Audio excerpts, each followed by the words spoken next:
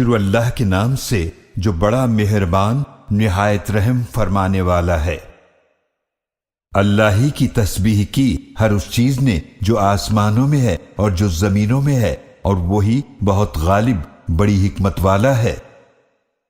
وہی ہے جس نے اہل کتاب میں سے کافروں کو نکالا جلا وطنی کے لیے ان کے گھروں سے پہلی بار اکٹھا کر کے۔ مسلمانوں، تمہیں یہ گمان بھی نہ تھا کہ وہ نکل جائیں گے، اور ان اہل کتاب کو یہ گمان تھا کہ ان کے قلعے ان کو اللہ کے عذاب سے بچا لیں گے۔ پھر اللہ کا عذاب ان کے پاس ایسی جگہ سے آیا جہاں سے انہیں گمان بھی نہ تھا، اور اس اللہ نے ان کے دلوں میں رعب ڈال دیا۔ وہ اپنے گھروں کو اپنے ہاتھوں اور اہل ایمان کے ہاتھوں اجاڑ رہے تھے۔ تو اے بصیرت رکھنے والو، عبرت حاصل کرو۔ اور اگر اللہ نے ان کے حق میں جلا وطنی نہ لکھ دی ہوتی تو وہ انہیں دنیا میں ہی یقیناً عذاب دے دیتا، اور آخرت میں ان کے لیے آگ کا عذاب ہے۔ یہ اس وجہ سے ہے کہ انہوں نے اللہ اور اس کے رسول صلی اللہ علیہ وآلہ وسلم کی مخالفت کی، اور جو اللہ کی مخالفت کرتا ہے تو بے شک اللہ بہت سخت عذاب دینے والا ہے۔ تم نے کھجور کے جو درخت کاٹے یا انہیں اپنی جڑوں پر کھڑا چھوڑ دیا تو یہ سب اللہ کے حکم سے تھا، اور اس لیے بھی کہ وہ نافرمانوں کو رسوا کرے۔ اور جو کچھ بھی مال فے اللہ نے اپنے رسول صلی اللہ علیہ وآلہ وسلم کو ان سے دلوایا، اس پر نہ تو تم نے گھوڑے دوڑائے اور نہ ہی اونٹ، لیکن اللہ اپنے رسولوں کو جس پر چاہتا ہے غالب کر دیتا ہے، اور اللہ ہر چیز پر قدرت رکھنے والا ہے۔ جو کچھ بھی مال فے اللہ نے اپنے رسول صلی اللہ علیہ وآلہ وسلم کو ان بستیوں والوں سے دلوایا تو وہ اللہ کے لیے ہے، اور رسول صلی اللہ علیہ وآلہ وسلم کے لیے ہے، اور رسول صلی اللہ علیہ وآلہ وسلم کے رشتہ داروں اور یتیموں اور مسکینوں اور مسافروں کے لیے ہے، تاکہ وہ سارا مال صرف تمہارے مالداروں ہی کے درمیان گردش نہ کرتا رہے۔ اور جو کچھ رسول صلی اللہ علیہ وآلہ وسلم تمہیں عطا فرمائیں تو اسے لے لو، اور جس سے تمہیں منع فرمائیں تو اس سے رک جاؤ، اور اللہ کی نافرمانی سے ڈرو، بے شک اللہ بہت سخت عذاب دینے والا ہے۔ نیز مال فے ان حاجت مند مہاجرین کے لیے بھی ہے جو اپنے گھروں اور اپنے مالوں سے نکال دیے گئے۔ وہ اللہ کا فضل اور رضامندی چاہتے ہیں، اور اللہ اور اس کے رسول صلی اللہ علیہ وآلہ وسلم کی مدد کرتے ہیں، یہی لوگ سچے ہیں۔ اور نیز مال فے ان انصار کے لیے بھی ہے جو پہلے سے اسی جگہ مدینہ میں مقیم اور ایمان پر ثابت قدم ہیں۔ وہ ان سے محبت کرتے ہیں جو ان کے پاس ہجرت کر کے آئے ہیں، اور وہ اپنے دلوں میں اس مال کی کوئی طلب نہیں پاتے جو ان مہاجرین کو دیا جاتا ہے، اور وہ اپنے آپ پر انہیں ترجیح دیتے ہیں اگرچہ خود انہیں شدید حاجت ہو۔ اور جو شخص اپنے نفس کے بخل سے بچا لیا گیا تو یہی لوگ کامیاب ہونے والے ہیں۔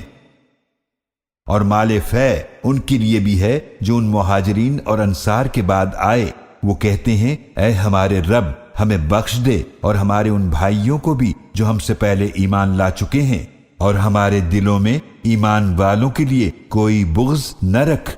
اے ہمارے رب، بے شک تو بہت شفقت فرمانے والا نہایت رحم فرمانے والا ہے۔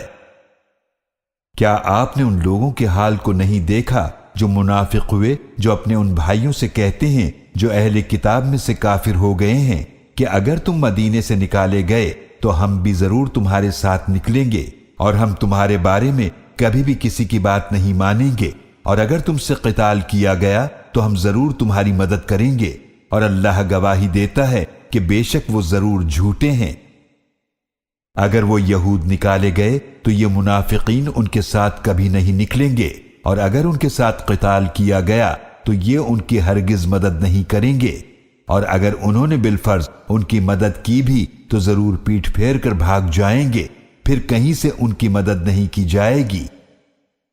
بے شک مسلمانوں، تمہارا ڈر ان یہود کے دلوں میں اللہ سے بھی زیادہ ہے، یہ اس لیے کہ بے شک وہ ایسے لوگ ہیں جو سمجھتے نہیں۔